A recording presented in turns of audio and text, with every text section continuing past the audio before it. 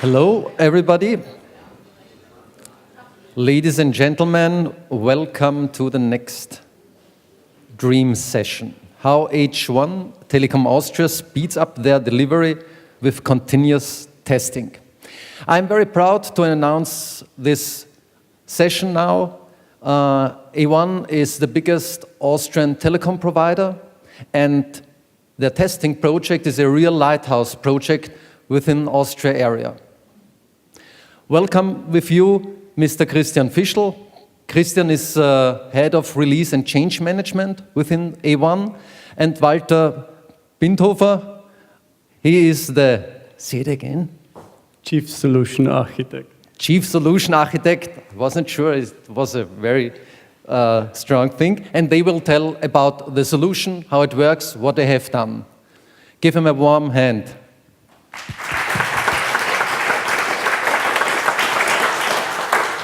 Thank you very much. Welcome. My name is Kristin Fisher. I stepped in for a colleague who is leading the quality management team on a very short notice, but as I'm responsible for change and release management, I can say we definitely have the need out of our releases, so I think I'm properly prepared to tell you why we need test automation, why we also want to invest in that. First, I want to give a brief introduction where we come from. Telekom Austria Group, A1 is a member of Telekom Austria Group. We have companies in several southeastern European countries and also in Belarus. You see, in terms of sales, it's still a bit more than half of the group sales are made in Austria. So this is definitely the main part. Telekom Austria Group itself is member of América Móvil, which is one of the biggest telecom providers in the world. But in terms of branding, we are independent, and we do mainly the business in Europe. Where we come from in Austria, in terms of business, we are quite long in the business, so we have to deal with a lot of, from the IT side, a lot of legacy system, and with it come a lot of challenges. When we look how we have worked before we invested in automation, we saw that we were dealing in the IT with approximately 200 projects. We had to deal with about 60 most important systems where we did testing. We did manual testing only. We had mainly 3, sometimes 4 major releases a year. And we took the time to really manually test until it was good enough before we roll it out to production. That is a lot of effort. You see a lot of numbers here, how many tests were executed, more than 10,000 in a year, how many deployments we had on the integrated test environment. And that means a lot of manual effort. You see there's a big team behind, 31 test managers on average last year, and 57 testers working in Austria, in Germany, and also in Egypt to make possible that we get a quality into production that we need for our business. What we wanted to achieve with test automation is, first of all, we wanted to be able to increase the quality and to measure the quality. That by itself is not let's say, the end of the story. We want to be faster. We have to be faster in the market, so we wanted to increase the time to market. We wanted to release more often, and this is also where I'm directly involved. We introduced monthly releases this year. Before we had 3 to 4 major releases a year. Now we want to release 11 times a year, except for December, every month a release. And that requires that we do quality assurance in a different way than in the past. We simply don't have the time anymore to test all that manually. We have to improve the quality of the integration. So what we have to achieve at the end is that all the systems that have to work together in our end-to-end processes need to work together, and this in a very short time. And one of the key factors is the quality we get into the integration has to be better than in the past. And we want to see earlier results. We don't want to wait until a few days before the launch until we know what we can expect. We need more predictability.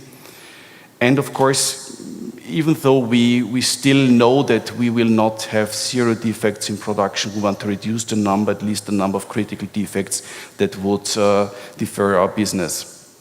And last but not least, we want to reduce the testing costs. What we achieved so far is we see first results of test automation, that we get earlier feedback.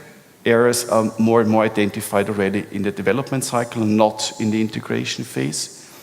We have introduced a delivery quality gate. For the first time, we are really capable of measuring the quality that we get for a few systems already, and this is of course to be increased in the future, that we can really say this is a quality that we can accept to let on our integration test environment or not.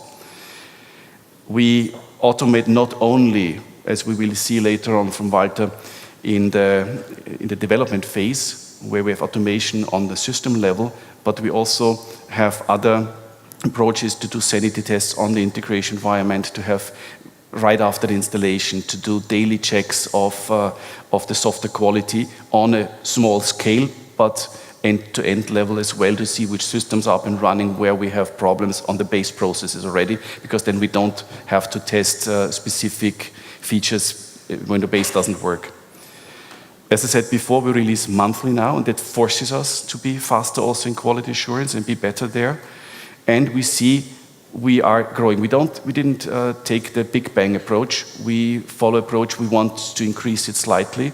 We see this is a very good approach because we don't have the big volume investment at the beginning with the hope of big savings in the end.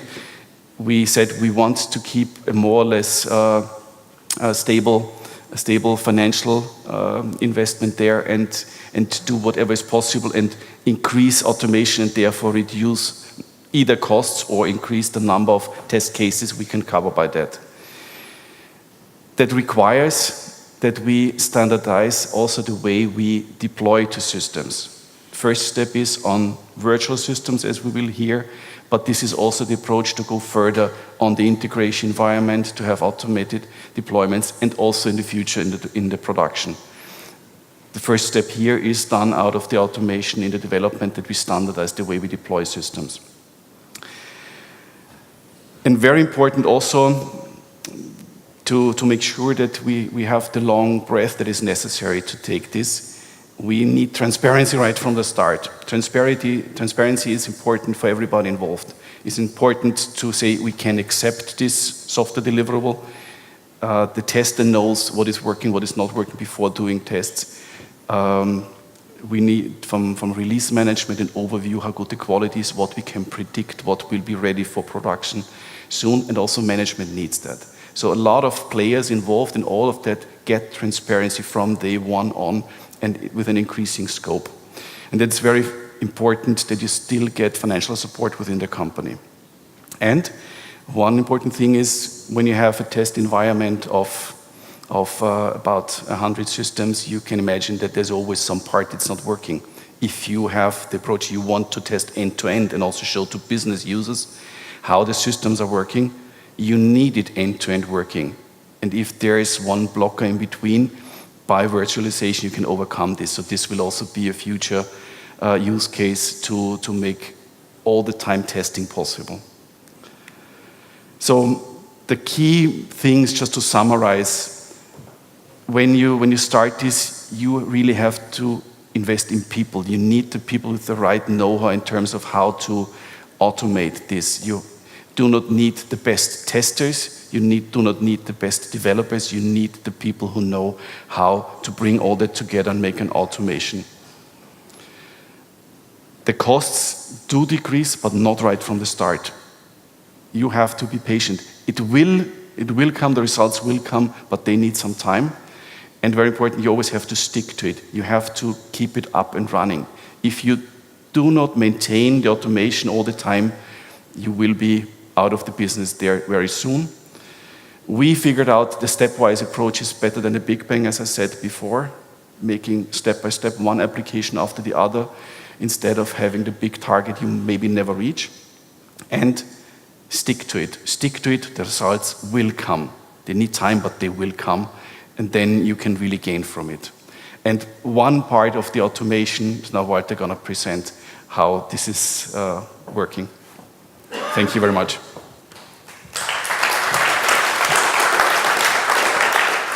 Hello, everyone. and a warm welcome from my side as well. I'd like to give you a quick introduction into Testing 360, maybe also a bit of a deep dive. Testing 360 may be the most important, or at least biggest, testing project in A1.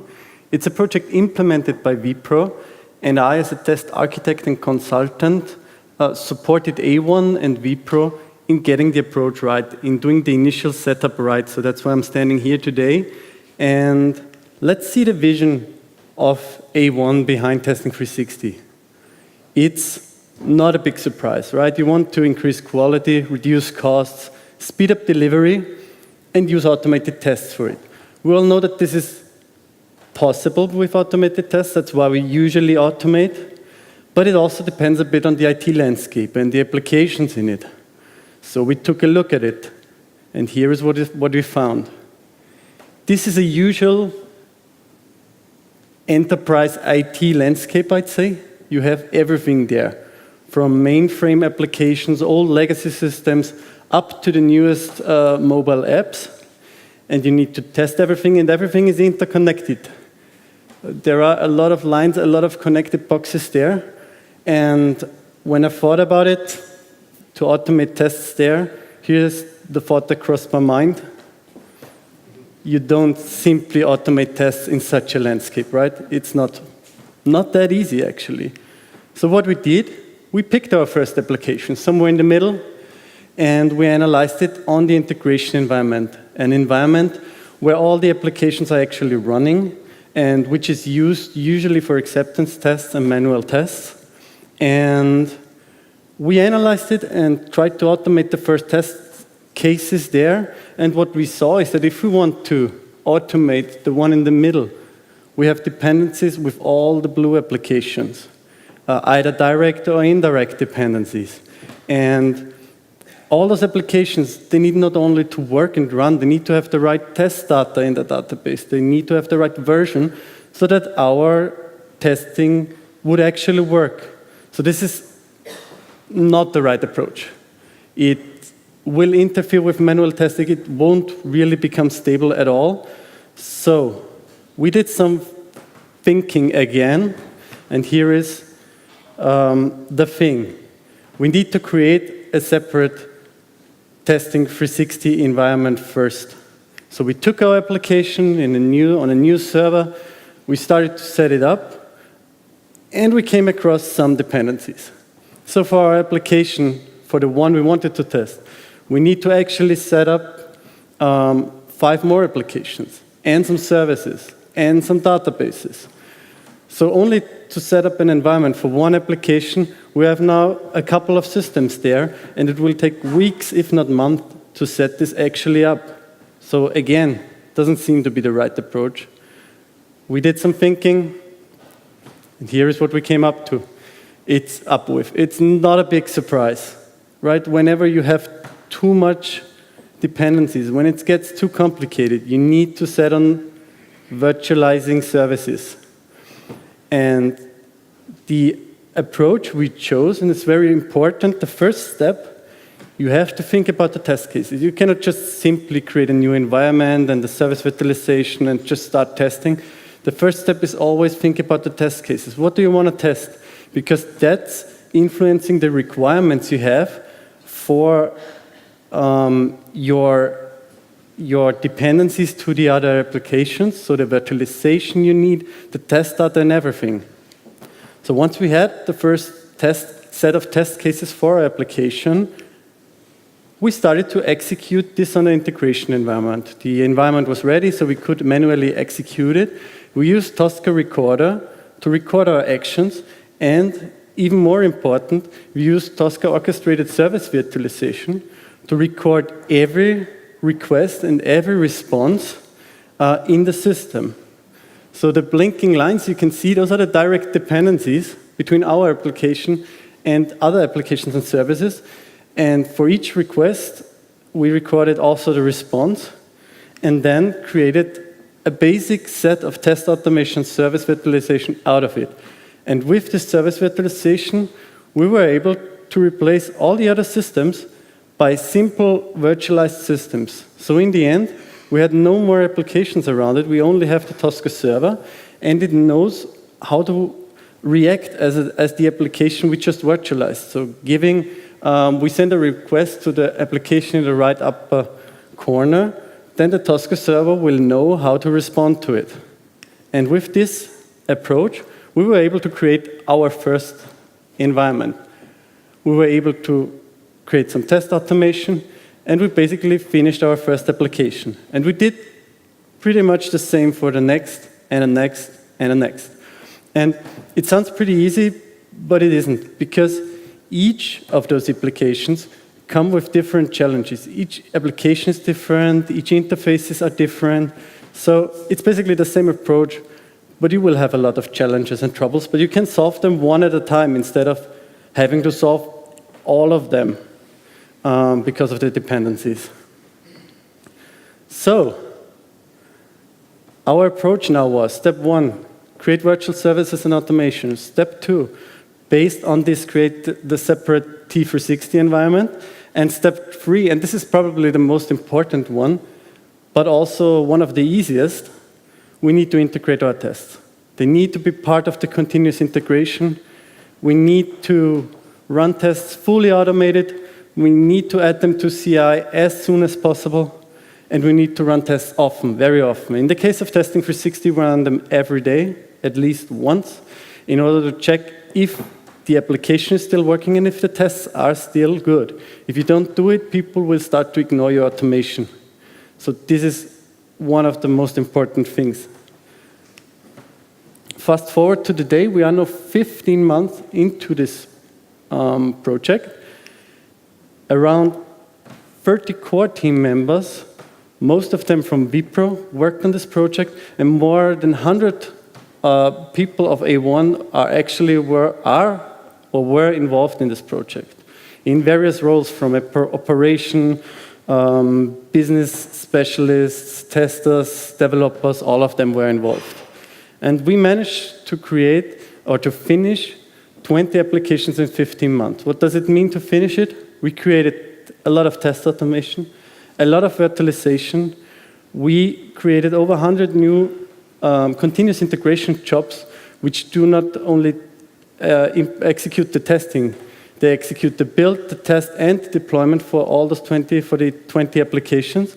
And we created a dashboard with the most important KPIs, so that the managers and leaders of A1 know about the quality of their applications. At any time, they can take a look at the dashboard and know, is the quality increasing? Do we have a good risk coverage? What about the technical debt? That's all they can see now in the dashboard, something that was missing before the project. Let's go back to the actual vision and see whether we were able to meet it or not. The increased quality part, not only do we find bugs now earlier, we have now a way to continuously check the quality and to make decisions based on the quality, on the state of our application. So should we really go live with this version, or is it still buggy? Should we take some more developers to fix the technical debt? Stuff like that. It wasn't previously really possible. Regarding reduce costs, Kristin already mentioned it. It is a goal to reduce costs, but it doesn't come in the beginning. Because first of all, you need to create all this stuff. Second of all, you need to operate and maintain it. Every test case you create, every virtualization, every environment, you need to operate and maintain it. This comes with costs. But on the other hand, you have much more bang for the buck. You can replace a lot of manual testing effort with automation. And you will get the money back later once you can use your power to create more and more automation instead of simply manually testing everything again. And maybe the most important thing, the most important success of our project is we have now faster development cycles. Initially, when we started, it was 3 months. Now it's 1 month for most of the applications, so 3 times faster. And this is very important for a company like A1 that wants to be innovation leader. And we're not done yet. There are still 20 applications are yet to come for this project, and I think there's much more later on when we finished with Testing 360. And yeah, that's basically it.